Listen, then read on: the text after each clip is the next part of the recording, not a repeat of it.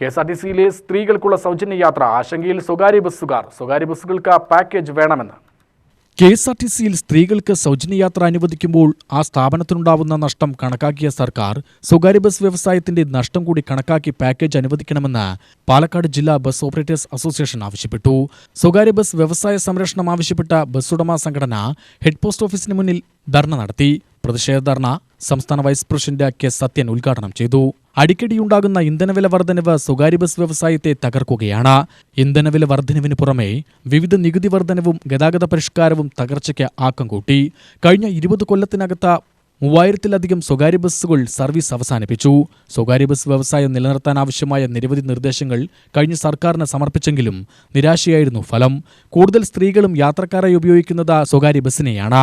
14 വർഷമായി വർദ്ധിപ്പിക്കാത്ത വിദ്യാർത്ഥികളുടെ യാത്രാനിരക്ക് വർദ്ധിപ്പിക്കുകയും ഡീസൽ സബ്സിഡി അനുവദിക്കുകയും വേണമെന്നും സ്വകാര്യ ബസ് ഉടമ സംഘടനകളുമായി സർക്കാർ ചർച്ചയ്ക്ക് തയ്യാറാവണമെന്നും കെ സത്യൻ ആവശ്യപ്പെട്ടു. കേരളത്തിലെ 8000-ഓളം വരുന്ന സ്വകാര്യ ബസ്സുകളെ, അതിലെ ജീവനക്കാരെ, ആ വ്യവസായത്തെ ഇല്ലായ്മയാക്കാൻ വേണ്ടിയാണ് ഈ ഗവൺമെന്റ് ശ്രമിക്കുന്നത്.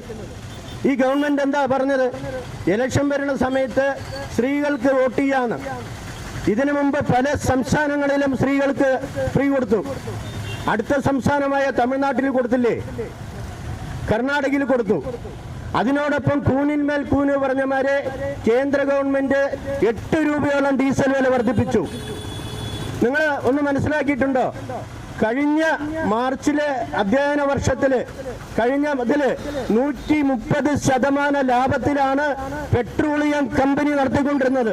130% ലാഭം. എന്താ ഇവർക്കൊരു 6 മാസമോ അല്ലെങ്കിൽ 7 മാസമോ ഒന്നും നഷ്ടം സഹിക്കാത്തത്? അപ്പൊ ഈ ഡീസൽ വില, പെട്രോൾ വില, ഗ്യാസ് വില വർധനവിന് ഈ കേന്ദ്ര ഗവൺമെന്റിന്റെ ഒത്താശയാണെന്ന് ഞാൻ ഈ വേദിയിൽ പറയാൻ ആഗ്രഹിക്കുകയാണ്.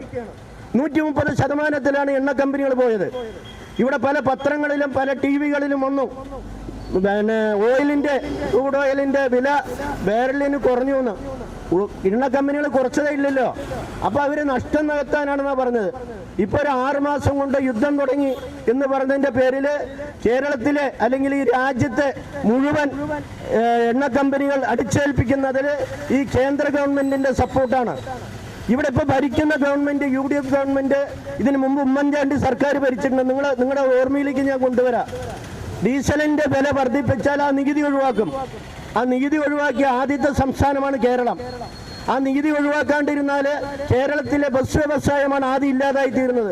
ജില്ലാ secretary K Sudhakaran, treasurer K Unnikrishnan, P Krishnakumar, Rishith, P Radhakrishnan തുടങ്ങിയവർ പ്രസംഗിച്ചു. UTV news, Palakkad.